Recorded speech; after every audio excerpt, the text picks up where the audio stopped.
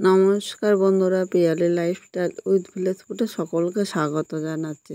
আশা করি আপনারা ভালো আছেন। আজকে বেগুন, আলু, টমেটো দিয়ে দুর্দান্ত একটি নিরামিষ রেসিপি শেয়ার করব। ভিডিওটা স্কিপ করব না, প্রথম থেকে শেষ পর্যন্ত দেখার অনুরোধ রইল।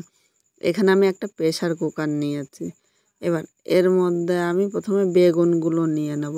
আমি এখানে ছোট ছোট লম্বা বেগুন, তাই এখানে কিন্তু আমি কোনো জল ব্যবহার করছি না। এবার এর সাথে আমি দুটো আলু নিয়েছি। আলুটা তোমরা ইচ্ছে করলে স্কিপও করতে পারো। এবার নিয়ে নিলাম একটা টমেটো, যেহেতু আমার বেগুন একটু কম তাই আলুটা নিয়েছি। এর সাথে নিয়ে নিলাম দুটো কাঁচা লঙ্কা। এবার দিয়ে দিলাম হাফ চামচ লবণ। এবার এর মধ্যে আমি 2 চামচ সর্ষের তেল নিয়ে নিলাম। আপনারা কিন্তু অবশ্যই একটুখানি তেল দেবেন, যেহেতু আমি জল দেবো না, নাহলে নিচে দিয়ে কিন্তু লেগে যেতে পারে। আর এই তেল দেওয়াতে নিচে দিয়ে লাগবে না। এবার প্রেসার কুকারটা বন্ধ করে আমি গ্যাসের মধ্যে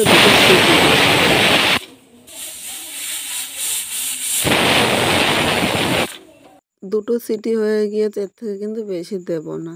এবার আমি বন্ধ করে প্রেসার কুকারটা 5 মিনিট ঠান্ডা করে নেব। প্রেসার কুকারটা ঠান্ডা হয়ে গিয়েছে, এখন প্রেসার কুকারটা নিয়ে চলে আসলাম। দেখো ঢাকনিটা তুলে নিয়েছে, আর জল ছাড়া দেখো সবজি থেকে অনেকটাই কিন্তু জল বেরিয়েছে। এবার এর থেকে আমি একটা থালা নিয়ে নিলাম। প্রথমে এবার টমেটো, তারপরে আলু ও বেগুনগুলো আমি একে একে সব তুলে নেব। এর মধ্যে কিন্তু আপনারা জল দেবেন না, জল দিলে একটুও ভালো লাগবে না। এখানে সব কিছু তুলে নিয়েছি। প্রথমে আমি বেগুনটা পরিষ্কার করে নেবো। দেখো এইভাবে বেগুনটা টানলে খুব সহজে কিন্তু খোসাটা ছাড়ে আসছে।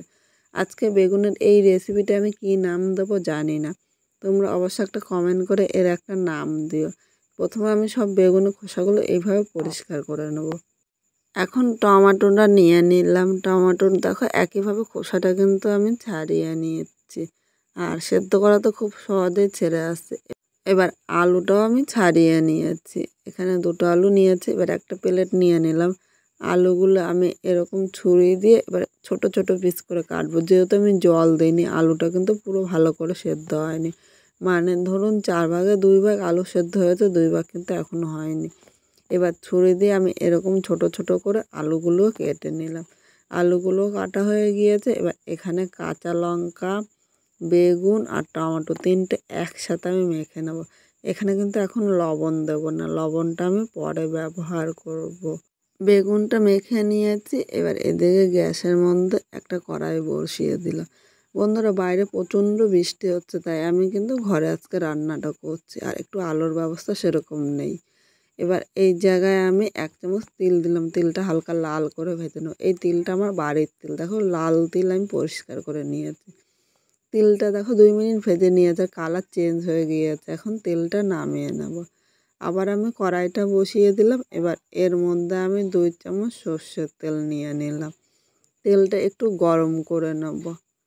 তেলটা একটু গরম হয়ে গিয়েছে। এবার এর মধ্যে আমি 3টে শুকনো লঙ্কা নিয়ে নিয়েছি। এই লঙ্কাগুলো কিন্তু আমার বাড়ির গাছের লঙ্কা ছিল।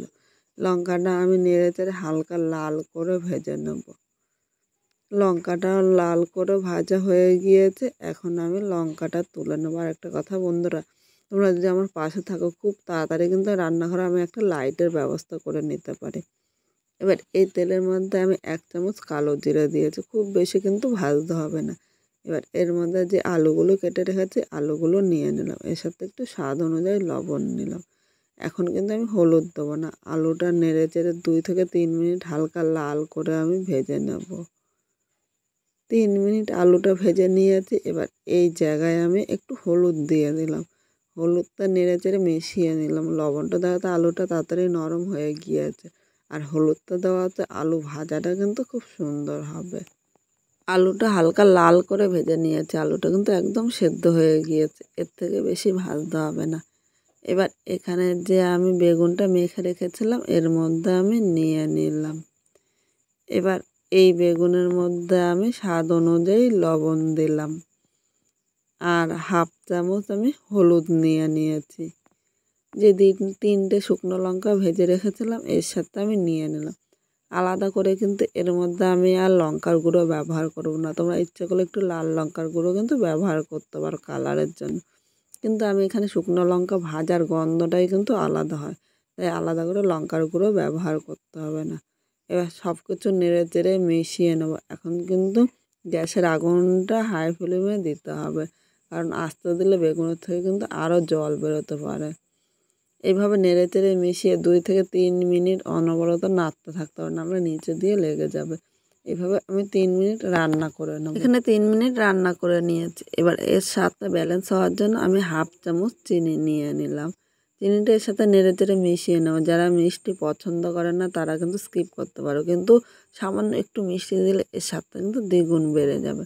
আর এদিকে দেখো আলুটাও কিন্তু সেদ্ধ হয়ে গিয়েছে। এখন নেড়ে চেড়ে মিডিয়াম টু হাই আগুনে আরও 2 থেকে 3 মিনিট এইভাবে রান্না করে নেব। এই বেগুনটা কিন্তু গায়ে এখনও অনেকটাই জল ভাব আছে, পুরো জলটাই কিন্তু টানিয়ে নিতে হবে। আজকে খুব সাধারণভাবে নিরামিষ দিনে এইভাবে বেগুনটা রান্না করলাম। এর আগেও একদিন রান্না করেছিলাম, খেতে আমার কাছে দারুণ লেগেছিলো, তাই ভাবলাম আজকে তোমাদের সাথে শেয়ার করি। আর এরকম আরও নতুন নতুন রান্না দেখতে চাইলে আমার পাশে অবশ্যই থেকো। আজকে আমি যেভাবে এই বেগুনটা রান্না করলাম, তোমরা যদি সেইভাবে করো অবশ্যই কমেন্ট করে জানিও খেতে কীরকম হয়েছে। নতুন কোনো বন্ধুদের ভিডিওটি দেখতে ভালো লাগলে একটা লাইক, শেয়ার ও কমেন্ট করো। সাবস্ক্রাইব করে পাশে থাকো, যাতে এরকম আরও নতুন নতুন ভিডিও আপলোড করলে সবার আগে নোটিফিকেশান আপনার কাছে পৌঁছিয়ে যায়। এখানে দেখো বেগুনটা হয়ে গিয়েছে। এবার একটু ধনেপাতা দিলাম। এই ধনেপাতাটা কিন্তু আমি বাড়িতে রেখেছিলাম। এই ধনেপাতাটা অনেক দিনের। আর কীভাবে ধনেপাতা সংরক্ষণ করতে হয় সেটা যদি তোমরা দেখতে চাও অবশ্যই কমেন্ট করে জানিও। এখন ধনেপাতাটা এর সাথে নেড়ে চেড়ে আমি মিশিয়ে নিয়েছি। এখন কিন্তু গ্যাসের আগুনটা আমি বন্ধ করে দিয়েছি, কারণ ধনেপাতা দিয়ে গ্যাসের মধ্যে রাখতে নেই। এবার এর মধ্যে যে তিলটা ভেজে রেখেছিলাম তিলটা নিয়ে নিলাম। তিলটাও একই সাথে আমি নেড়ে চেড়ে মিশিয়ে নেব। পুরো কাজটাই কিন্তু গ্যাসটা বন্ধ করে করতে হবে। সব কিছু ভালো করে নেড়ে চেড়ে মিশিয়ে নিয়েছি। এবার আমি একটা পাত্রের মধ্যে নামিয়ে নিলাম। এইভাবে করে তোমরা গরম ভাত বা রাত্রের রুটির সাথে কিন্তু দারুণ লাগবে খেতে। এবার কিছুটা তেল উপর দিয়ে আমি ছড়িয়ে দিলাম একটু দেখা সৌন্দর্যের জন্য। যাদের বাড়িতে তিল নেই তারা এই তিলটা কিন্তু স্কিপও করতে পারো। আমার পুরো ভিডিওটা দেখার জন্য তোমাদের অসংখ্য ধন্যবাদ।